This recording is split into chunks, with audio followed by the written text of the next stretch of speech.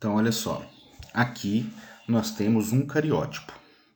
Só de bater o olho, quantos pares eu tenho? Aqui está 23, 23, que está representando tanto o cariótipo feminino quanto o cariótipo masculino. A única coisa que difere o cariótipo do homem e da mulher é esse último par aqui.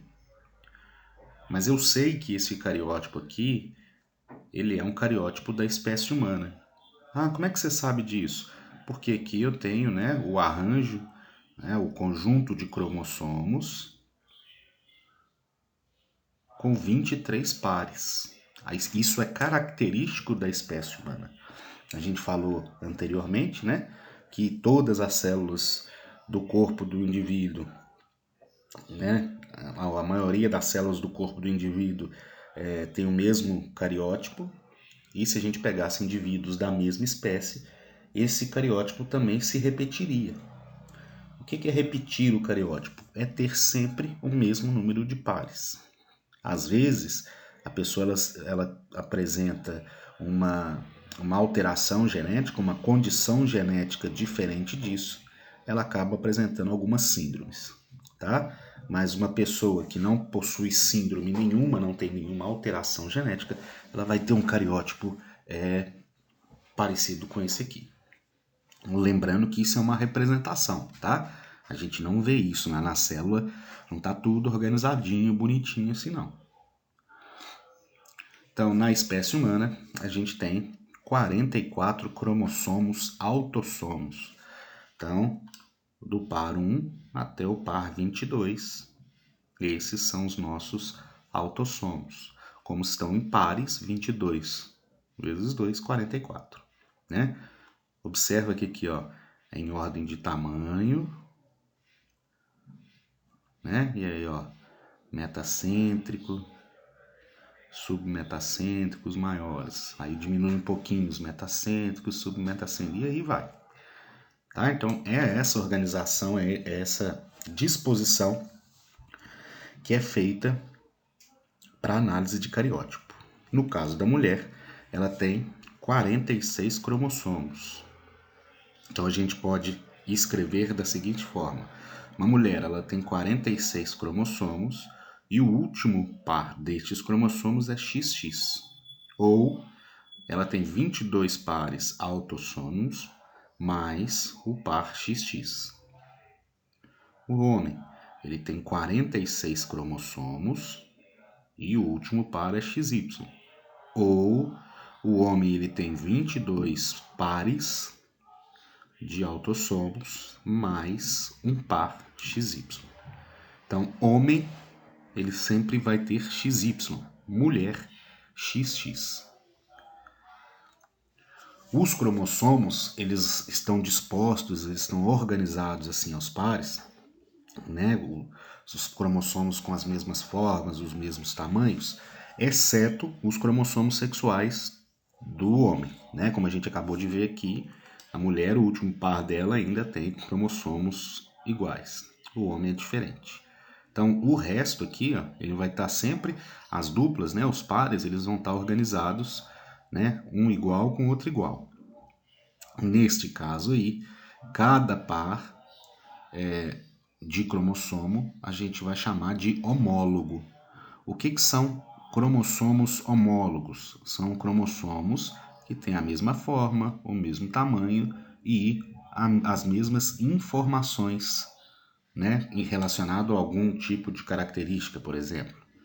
Então, esses dois cromossomos aqui, eles têm as receitas para fazer a mesma coisa, bolo.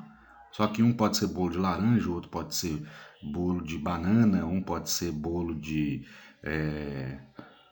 queijo. Então, assim, é bolo, mas qual, né? Isso aí é análise genética depois, mais para frente a gente vê isso.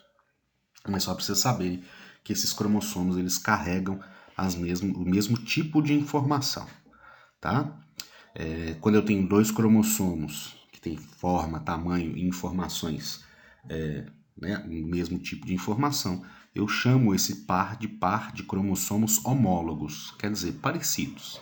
Tá? E por que o cariótipo, né, os cromossomos, eles sempre estão dispostos ou eles sempre são organizados aos pares? A maioria dos organismos, quando eles vão se reproduzir, o que acontece? A célula ovo ela é formada através da fecundação, e aí as células reprodutoras, né, os gametas, eles têm metade do material genético. Então, o espermatozoide, por exemplo, ele só tinha esses cromossomos que estão em azul. E o óvulo tinha só os cromossomos que estão em rosa. Quando eu junto o espermatozoide com o óvulo, eu volto a ter os pares de cromossomos. Isso quer dizer o quê? Que os gametas, o óvulo e o espermatozoide, eles têm metade do material genético da espécie.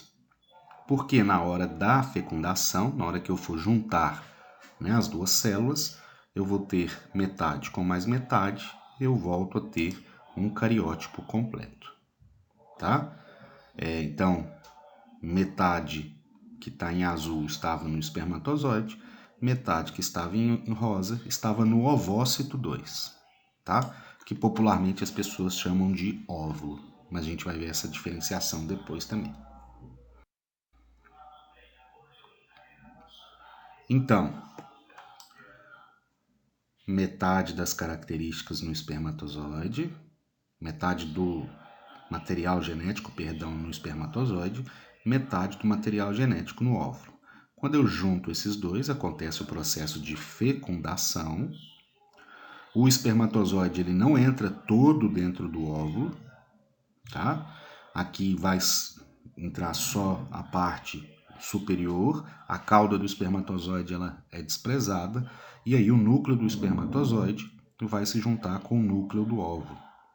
Então, 23 cromossomos do espermatozoide mais 23 cromossomos do óvulo.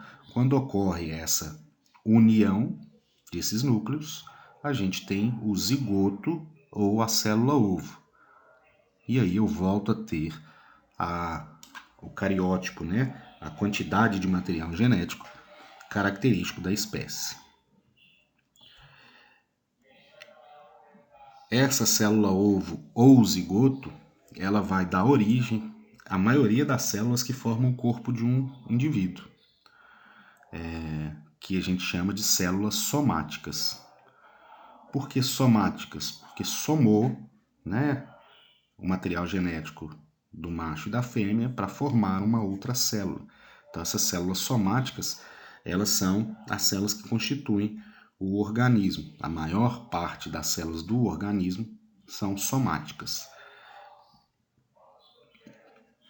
Em cada célula somática, a gente viu, nós temos 23 pares de cromossomos homólogos. Então, células somáticas, então a gente pode falar que elas são diploides, porque ela tem pares de cromossomos, tá? Eu tenho material genético ali aos pares. Então, células somáticas são as que formam o corpo do indivíduo, tá? Depois que ocorre a fecundação, ok?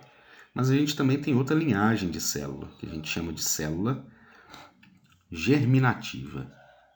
Células germinativas são aquelas células do organismo que vão dar origem aos gametas. Se for homem, as células germinativas vão dar origem aos espermatozoides. Se for mulher, as células germinativas vão dar origem aos ovócitos. Tá?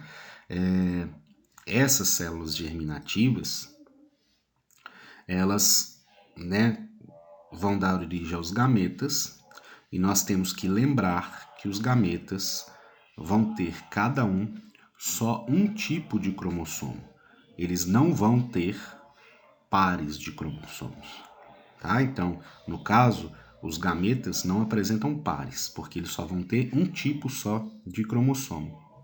Por isso, as células germinativas, elas são chamadas de haploides, ou a gente pode, né, identificar uma célula haploide pela letra N. N quer dizer o quê?